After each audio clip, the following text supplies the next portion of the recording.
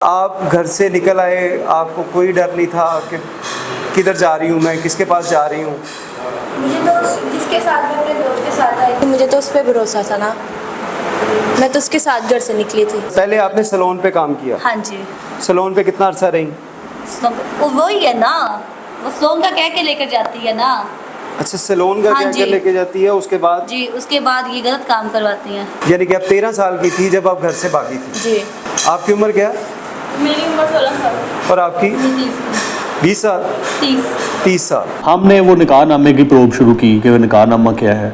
उसकी जब प्रोब शुरू की तो जिस निकाह खान ने वो रजिस्टर किया हुआ था उसके ऊपर 2 FIR थी। आमिर शहजाद उसका नाम है। इस मुमताज़ बीबी ने जब हमने मज़ीद तफ्तीश की तो वो हर लड़की के एवज़ वीकली 50,000 रुपये लेती थी उस अड्डे से। ये वो ख़वातीन हैं जिनको पुलिस की जानिब से रिकवर किया गया। इनसे बात करेंगे, ये कितने अरसे से वहाँ पे थी और क्या सूरत हाल थी, वहाँ पे पहुँची कैसे। आप पहले बात करेंगी, आप बताएंगी आप पहुँची कैसे वहाँ पे?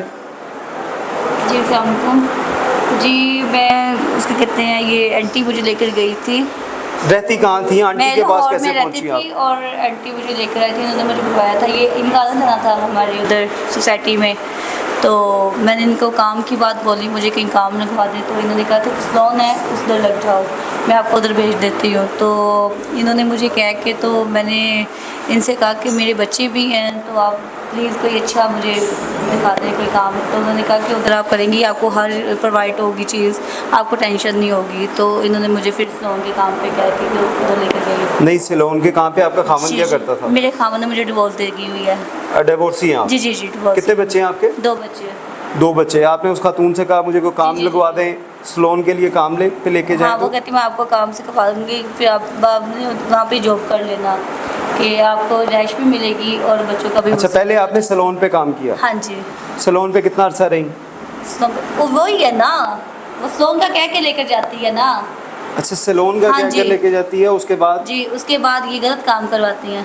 फोर्सली, ज़बरदस्ती? जी, सारी बात है। अगर नहीं करेंगे तो फिर? मारते हैं।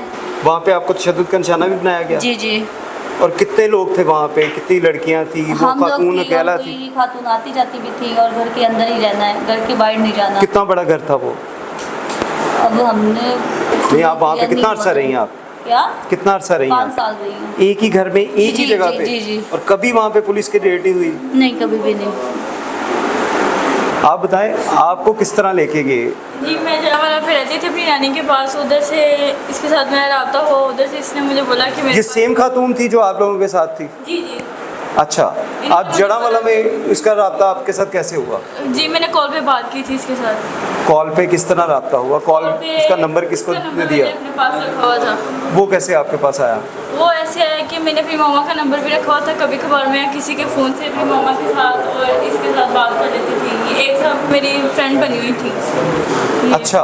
तो इनको मैंने बोला कि मैं यहाँ पे डिस्टर्ब हूँ, मैं ठीक नहीं रह रही, मेरे पास कोई खर्चा वगैरह नहीं है। इन्होंने मुझे 2000 रुपये जरूर बोलती कि नहीं, मेरे जड़ावाला पास में किसके पास आप रह रही थी? नानी के पास रह रही थी। उधर मेरी नानी लोग तो आपके पेरेंट्स कहाँ हैं? मेरे पेरेंट्स इधर लाहौर में रहते थे ना। तो आप जड़ावाला में रहती थी, जी। घर से लड़के गई थी, क्या जी। हुआ था? घर से वैसी बहस हो गई थी तो मैं अपनी नानी के पास चली गई थी। और कितना अर्सा आप अपनी नानी के पास रही हैं, तो उसके बाद इनसे राब्ता हुआ? तकरीबन 2-3 महीने नानी के पास रही हूँ। फिर इसके साथ रब्ता हुआ, इन्होंने मुझे 2000 रुपये सेंड किया तो मैं फिर इनके पास आ गई। किधर, फैसलाबाद? नहीं, लाहौर। लाहौर में जब आई तो इन्होंने फिर आगे मुझे बोला कि मैं तुम्हें पार्लर के काम पर छोड़ देती हूँ। तो पार्लर का काम कह के मुझे फैसलाबाद लेकर गई। तो उधर आगे फिर इसने मेरे से दूसरा काम करवाया। नहीं, वहाँ पे भी आपको भी तशद्दुद, जैसे ये बता रही हैं कि अगर नहीं करेंगे तो अगर मारेंगे? नहीं कर देते तो एक कमरे में बंद कर देती थी, खाना भी नहीं थी देती और ऊपर से मारना। अगर हम कहते थे कि हमें मेरे घर वालों से मिलवाओ तो बोलती थी कि नहीं, वो लोग तुमको पर्चा करवा देंगे, तुम्हें मार देंगे, ये वो ऐसा होता था। तो कभी आपने अपनी वालदा से बात की, कभी उनसे राब्ता, कभी फ़ोन आपको मिलता था वहाँ पे? नहीं, फ़ोन मिलता था, थोड़ी देर इसके पास ही बैठ के मतलब यूज़ कर लेते थे। फ़ोन आप अपने फैमिली से बात करती थी? जी, कभी कभार होती थी। जब इसको पता लगता था कि बात हुई है तो ये सिम वगैरह चेंज और मारती थी, हमें डराती थी कि अगर अब तुमने रब्ता किया तो तुम्हें मैं जेल में पकड़वा दूँगी और उनको बोलूँगी कि ये गलत काम करती है, ऐसे ऐसे। आपका भी निकाह करवाया गया वहाँ पे? नहीं सर, मेरा निकाह नहीं करवाया। आपका निकाह नहीं करवाया गया? नहीं। आपका निकाह भी हुआ? ये पकड़ लें, इसमें बताइएगा क्या हुआ, कि आप किस तरह पहुँची वहाँ पे फैसलाबाद? मैं गुजरावाली में रहती थी और मैं अपने एक दोस्त के साथ, आप लाहौर में, आप जड़ावाला में और आप गुजरांवाला में, ठीक है। और गुजरावाले से अपने दोस्त के साथ भागी थी मैं अपने घर से। ठीक है, आपकी उसके साथ फ्रेंडशिप हुई, आप वहाँ से भाग गई घर से मर्जी से? और वो मुझे दाता दरबार पे छोड़ के चला गया। तब मेरी इसके साथ मुलाकात हुई थी। इसने भी मुझे यही कहा था कि मैं पार्लर का काम करती हूँ। नहीं, उसने वहाँ से आपको लेके आया और दाता दरबार आपको छोड़ के चला गया? ठीक है। उसके बाद इसकी और मेरी मुलाकात हुई और इसने मुझे कहा था कि ये खातून दाता दरबार में ही बैठी हुई थी? हाँ जी, उधर ही मुलाकात हुई थी मेरी इसके साथ। अच्छा। और इसने मुझे कहा था कि मैं पार्लर की जॉब करती हूँ, मैं लड़कियों को, काफ़ी लड़कियों को सिखाती हूँ। नहीं, इसने आपको कैसे देखा? आप वहाँ पे रो रही थी, क्या हुआ कि मैं वहाँ पे परेशान थी। परेशान थी? इसने परेशान देख के आपसे खुद रब्ता किया? परेशान देख के मुझसे पहले पूछा क्या मामला है, क्या सीन है, क्यों रो रही हो आप, क्यों परेशान हो। मैंने जब इसको बताया फिर इसने मेरे साथ ये बात की थी कि मैं पार्लर का काम करती हूँ, मैं काफ़ी लड़कियों को सिखाती हूँ काम। अच्छा।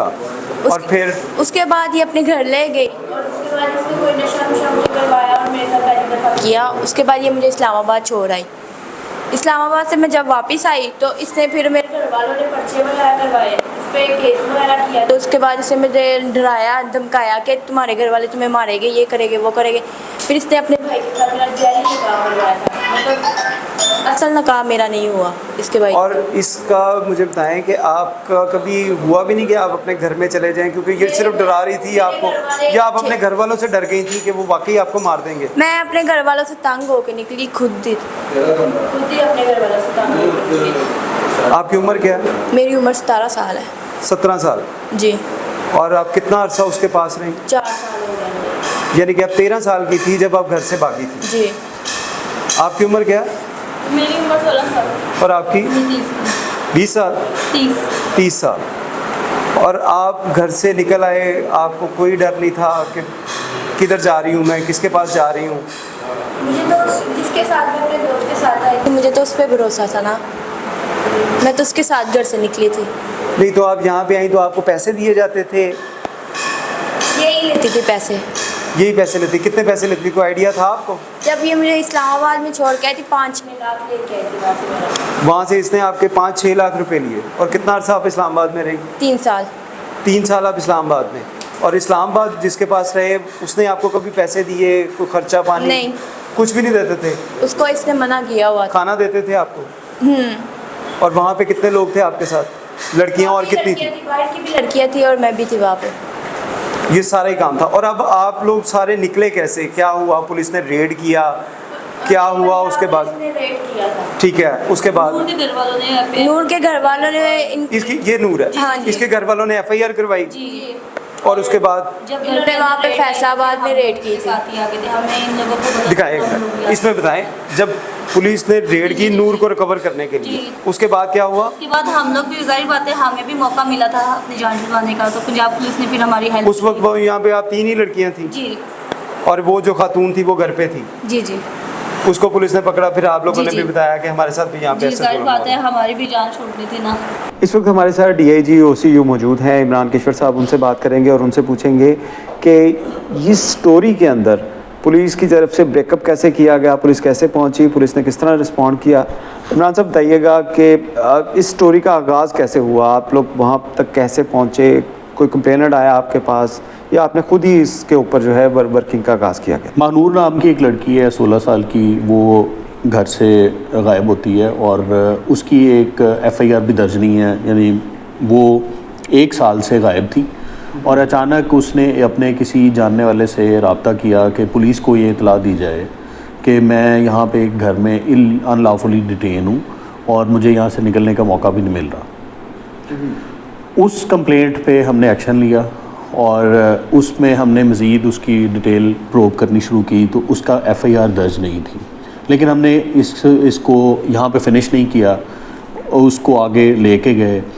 उसकी जब ट्रेस करते करते कॉल की, हम वहाँ पे उसको जब तलाश किया हमने महानूर को, तो उसकी तलाश के दौरान हमें एक खातून, महानूर जब घर से गायब हुई थी तो वो एक बंदे के साथ, जिसके साथ उसका निकाह, उसके ख्याल में वो निकाह के लिए घर से निकली थी, वो आई दाता दरबार में और वहाँ पे उस बंदे को ये बंदा एक बीबी के इसको हवाले करके वहाँ से गायब हो गया।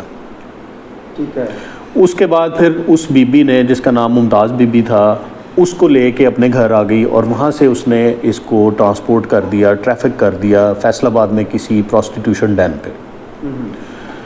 जब हमने उस बीबी को जब कैमरास के साथ ट्रेस किया, जो दाता दरबार के कैमरास थे और फिर सारी चीज़ें, उसकी मदद से हमने टेक्निकल इन्फॉर्मेशन भी साथ सुपर इम्पोज करते हुए हम मुमताज़ बीबी तक पहले पहुँचे कि वो बीबी जिसके पास ये बच्ची वहाँ पे छोड़ के गया था वो कौन है और वो कहाँ लेके गई है बच्ची को। वो हम जाते जाते उसके ऊपर जब तलाश किया तो उसने दौरान तफ्तीश ये रिवील किया कि ये जो बच्ची है मानूर, ये फैसलाबाद में फ़लाँ जगह पे, और उस वक्त ये मानती नहीं थी। वो कहती थी इसने निकाह किया हुआ है और इसके पास एक वैलिड निकाहनामा भी था। उसने कहा कि ये निकाह करके यहाँ से गई थी और ये निकाह शुदा है, ये फैसलाबाद में अपने घर में खुश है। हमने वो निकाहनामे की प्रोब शुरू की कि वो निकाहनामा क्या है। उसकी जब प्रोब शुरू की तो जिस निकाह खान ने वो रजिस्टर किया हुआ था उसके ऊपर 2 FIR थी, आमिर शहजाद उसका नाम है, और 10 निकाह हमें वहाँ पे और मिले जिनकी कैंसलेशन मूव हुई थी कोर्ट में। उसके बाद हमने दोबारा मुमताज़ बीबी को इंटेरोगेट किया और फिर उसके बाद हमें रिवील हुआ कि वहाँ पे हमने इंडिकेट किया कि कौन सा घर है फैसलाबाद में जिस पे ये रह रही है। तो फिर वहाँ पे फैसलाबाद में LDA टाउन में वहाँ पे हमने रेड किया। तो वहाँ से हमने जब रेड किया तो महानूर को भी बरामद कर लिया और महानूर के साथ 2 और लड़कियाँ, मुस्कान और कोमल, वो भी बरामद हो गई। वो भी छोटी उम्र की थी, टीनेजर्स थी। जब हमने उनको इंटरव्यू किया, उन विक्टिम्स को, बच्चियों को, तो उनकी स्टोरी भी सिमिलर थी। वो भी घर से निकली, वो भी निकाह के लिए निकली थी और वो घरों को छोड़ के जब वो निकाहनामा उनको दिखा दिया जाता था, एक की FIR दर्ज थी गुजरांवाला में, उनके वालिदैन ने FIR दर्ज कराई थी, लेकिन वो FIR भी जो है वो इस बुनियाद पर ख़ारिज कर दी गई कि वो 164 का बयान लड़की ने जाके अदालत में दे दिया कि मैंने अपनी मर्ज़ी से निकाह कर लिया और वो लड़की को वाकई दिखाया गया था। उस लड़की ने वो फर्स्ट एंड लास्ट टाइम था कि अपने हस्बैंड को देखा था, यानी उस निकाह, जिस दिन निकाह हुआ उस दिन के बाद से उसने उस लड़की को देखा ही नहीं, तो लड़के को देखा ही नहीं जिससे उसका निकाह हुआ था। वो भी उसको छोड़ के वहाँ पे चला गया। वंस अगेन वो भी प्रोस्टिट्यूशन के अड्डे पे पहुँच गई और उसके भी पैसे उसने, इस मुमताज़ बीबी ने, जब हमने मज़ीद तफ्तीश की तो वो हर लड़की के एवज़ वीकली 50,000 रुपये लेती थी उस अड्डे से, जिस अड्डे पे वो छोड़ के आती थी। वहाँ से वो 50,000 रुपये पर मंथ पर वीक लेती थी एक लड़की का। और वो हमने अकाउंट्स की डिटेल ली, उसकी भी हमने सारी वेरिफिकेशन कर ली कि अकाउंट्स में उसके पैसे आते थे। ये सारी चीज़ें निकाली गई तो हर लड़की की स्टोरी मैंने जैसे बताया कि सिमिलर थी। उनको निकाह दिखाया जाता है, फिर उस निकाह को कैंसिल किया जाता है और लीगल पर्पसेस के लिए अगर आप देखें, हमारे लिए भी जब एक वैलिडली कंक्लूडेड निकाहनामा हमें दिखाया जाता है और कोर्ट के अंदर स्टेटमेंट आ जाती है कि जी लड़की ने अपनी मर्ज़ी से निकाह किया हुआ है, तो हमारी इंटरफेरेंस नहीं बनती। लेकिन ये निकाह भी फोर्ज होता था। निकाह के बाद खामद को भी कभी नहीं मिलती थी लड़की, और उसके बाद फिर सिर्फ प्रोस्टिट्यूशन के लिए इस्तेमाल होती थी और इन लड़कियों को सिर्फ कपड़े और खाने पीने दिए जाते थे। इसके अलावा इन बच्चियों को कुछ नहीं था मिलता। ये छोटी बच्चियाँ हैं, टीनेजर्स बच्चियाँ हैं, उनको डिटेन रखते थे, उनकी सर्वेलेंस करते थे ताकि ये कहीं से गायब ना हो। वहीं पे रख के उनके साथ ये बेसिकली काम किया जाता था, अनलॉफुल वहाँ पे प्रोस्टिट्यूशन कराई जाती, फोर्स्ड प्रोस्टिट्यूशन।